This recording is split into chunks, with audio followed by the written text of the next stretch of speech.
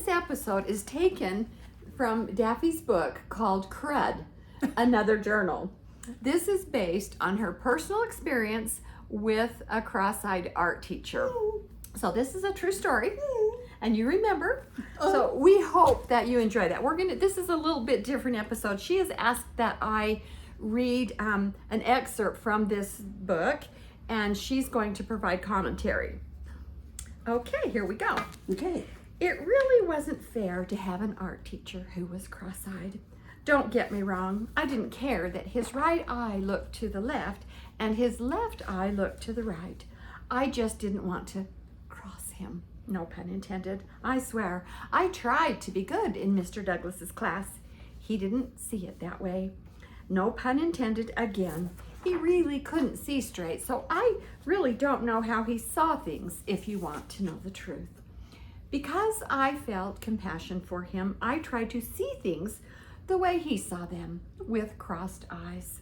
I sort of knew how it felt. Every once in a while, one of my eyes would wander off to who knows where. Imagine having two eyes like that. Because I had so much sympathy for the guy, I thought I'd do him a favor when he gave us a painting assignment.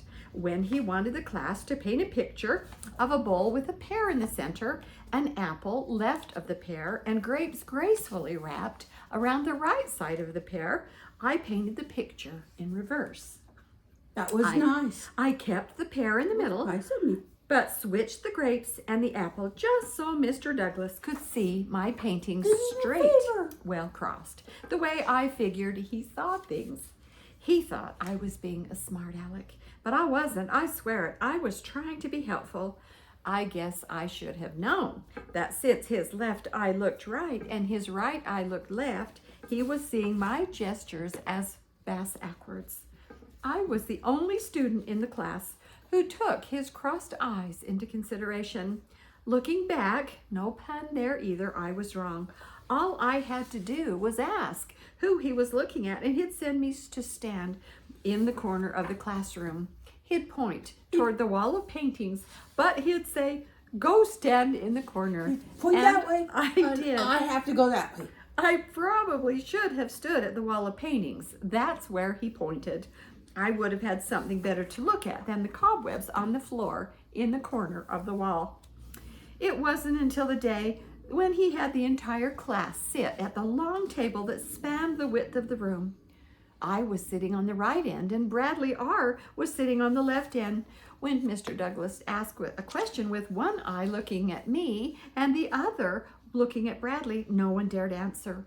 So No one. let me say, he asked the question, and I said very nicely, "Who are you asking, me or him?" The whole class, nobody dared answer. The class was full of chickens, big chickens. But me. The room burst out laughing after you asked that question. Who are you asking, me or him? That was all I asked. I know. You in your book you say, boy, I really fouled that question up. I didn't mean for it to sound condescending or anything. In my mind, it was a legitimate question. He didn't quite see it that way. He thought I was making fun of him. I wasn't. He said, "Gather your things, young lady, and go to the principal's office." After he said, "Gather your things, young lady," he was looking in my vicinity, so I said, "Who are you talking to? Me or Linda?" It was an honest question. I thought it was an honest question anyway. His face turned as red as the apple I just painted. He hollered, "Out." He pointed toward the chalkboard, but I figured he meant to point at the door. "Who do you want out, me or Linda?" He looked directly at Linda and said, "You, Miss Daffy, get your stuff and march out of here." Do I have to march? His face turned purple like the grapes I had just painted. Then he said, "Leave." The classroom fell silent as I slowly walked toward the door and exited. There were no more giggles. It wasn't funny anymore. They had just lost their class clown and would have to deal with Mr. Douglas's crossed eyes on their own. Okay, Daffy, where is your timely tip for this? Okay. the timely tip is I honestly thought I was a good student, but I'm quite sure that I was labeled a troublemaker. And he obviously thought that as well. And he saw me as a troublemaker. He, in his mind, had already made up that I was a troublemaker. So no matter what question I asked or what I did, Well, I was in it trouble. sounds to me like you lived up to his reputation of you. What, you lived up to your reputation as a troublemaker. Well, I didn't think so. I thought I was just having fun. Yeah. Yeah, that's what most troublemakers really think.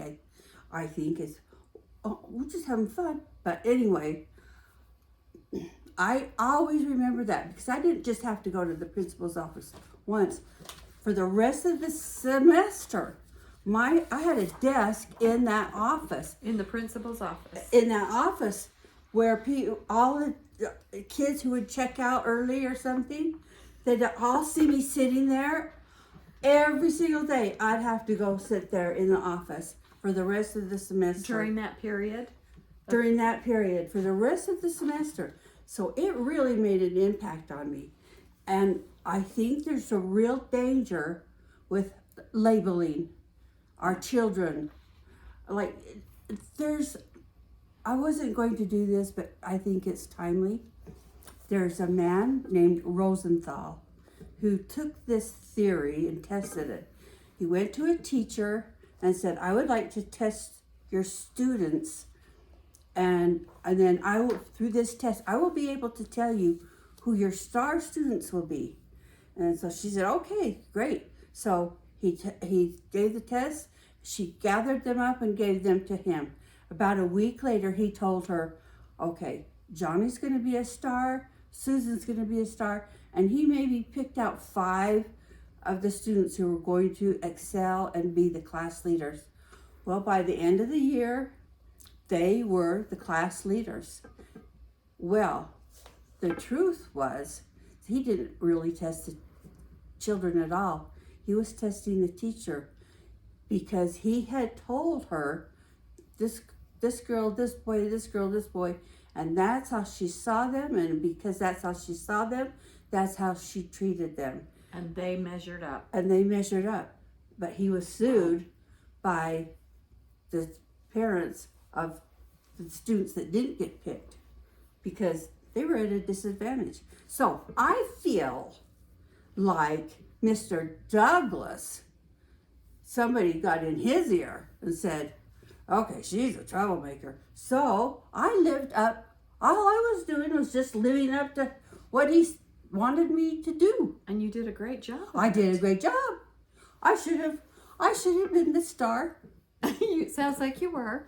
Everybody loves the class clown. But I got kicked out.